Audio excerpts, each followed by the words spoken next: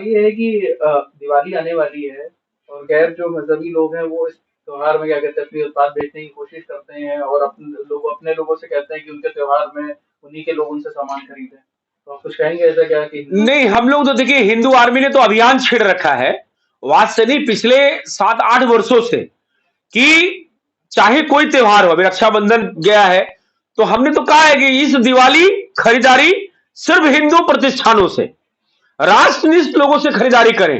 हम उनसे खरीदारी बिल्कुल ना करें जो जिस मासूम जानवर को पालते हैं और मासूम बच्चे के सामने उसकी बलि चढ़ा देते हैं। हम उनसे खरीदारी बिल्कुल ना करें जो अपनी ही बहन से विवाह कर लेते हैं। हम उनसे खरीदारी बिल्कुल ना करें जो कभी भी इस राष्ट्र का खाने के बाद भी राष्ट्र का नहीं सोचते हैं, पाकिस्तान के जीतने पे तालियां बजाते हैं। ऐसे लोगों से खरीदारी हम क्यों करेंगे?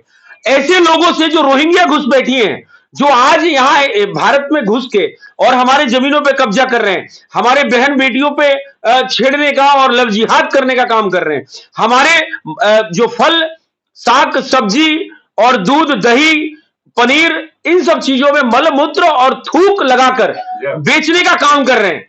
तो ऐसे विधर्मी लोगों से शॉपिंग नहीं करना है, खरीदारी नहीं करना, क्योंकि हमारा जो तीज त्योहार पर्व है, हम चींटी को भी आटा देकर और शुद्धता का मतलब उसको भी दया का भाव दिखाते हैं। तो हमारा जो रीति रिवाज है वो शुद्धता से चलता है। हम गाय के गोबर को गौरी गणेश बनाकर पूजने वाले लोग हैं। तो कहने का सिर्फ हमारा तात्पर्य है कि हमें राष्ट्रनिष्ठ लोगों से ही खरीदारी करनी है, हमें इन लोगों से खरीदारी नहीं करनी है। साथ में अगर आप देखेंगे तो आज जो पूरे देश के अंदर हलाला मार्क सर्टिफिकेशन के जो प्रोडक्ट्स हैं उसकी बाढ़ सी आ गई है। ये बहुत बड़ा भारत की जो आर्थिक जो कमर है उसको तोड़ने की तैयारी है। तो कहने का मतलब है कि मेरे हे हिंदू मेरे भाइयों, आपको चमक दमक पे नहीं आना है और हलाला प्रोडक्ट नहीं खरीदना है। हलाला प्रोडक्ट क्या है आप समझने का प्रयास करिएगा। कोई भी कंपनी जब अब जो अपना जैसे लुल्लू मॉल में प्रोडक्ट अगर आपको बेचना है तो पहले हलाला का ठप्पा लगवाना पड़ेगा, जैसे आईएसओ मार्क होता है।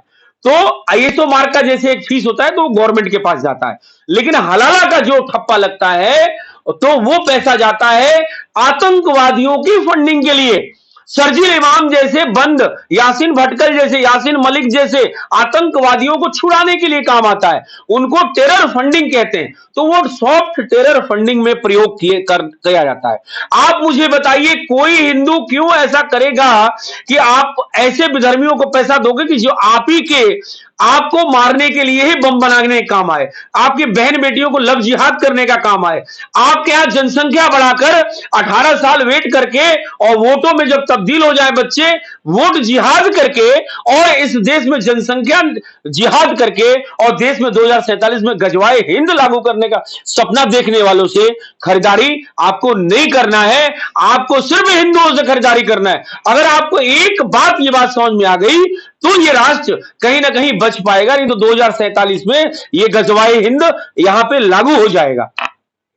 और सवाल ये है कि आने वाली जैसे फिल्म आ रही है क्या कहते हैं, जिस तरह की आमिर खान का बाइकआउट किया गया हिंदू आर्मी द्वारा, आदि पुरुष के जिस तरह से ट्रेलर रिलीज हो रहे हैं, आलोचना हो रही है, तो उस मामले में आदि आप लोगों की क्या रणनीति रहेगी कि फिल्म को ना दिखाया जाए या फिल्म में वो ऐसे दृश्य है उनको एडिट किया जाए? देखिए एक भारतीय क्रिकेट टीम में भड़ुआ है, उसका फिल्म बनाई थी सती सावित्री के नाम पे कुतिया पाल दी थी, ठीक है, और उसने कोई वक्तव्य आकर नहीं दिया था, इसलिए हमने भड़ुआ शब्द का प्रयोग किया। ये हेट स्पीच में नहीं आता है, ये संवैधानिक है। तो हमने जो उसकी पत्नी अनुष्का शर्मा जिसको आप कहते हैं, अनुष्का शर्मा के नाम पे 1 करोड़ कुतिया पाल दी थी पूरे देश में, और हमारे हिंदू आर्मी के आह्वान पे वो कुतिया पाली गई थी। हम बॉलीवुड की कमर को तोड़ चुके हैं, ठीक है, अब वो खड़ा है। आप समझिए जो आमिर खान का दशा हुआ आने वाला ऐसा ही। अब रही बात जो साउथ की मूवीज थी, वो कहीं ना कहीं हमारी संस्कृति और परंपरा को जीवित रखती हैं और मानती। कहीं ना कहीं ये जो सैफ अली खान जैसा जिहादी है, जो ये कॉकरोच है, जो देश को तोड़ने वाला ये आतंकवादी है जो फिल्म इंडस्ट्री में छुपा हुआ है, ये आतंकवादी हमारे उस साउथ के जो परंपरा है उसमें एंट्री मारने का प्रयास किया था। लेकिन हम लोग इसको होने नहीं देंगे, या तो बाइकआउट होगी।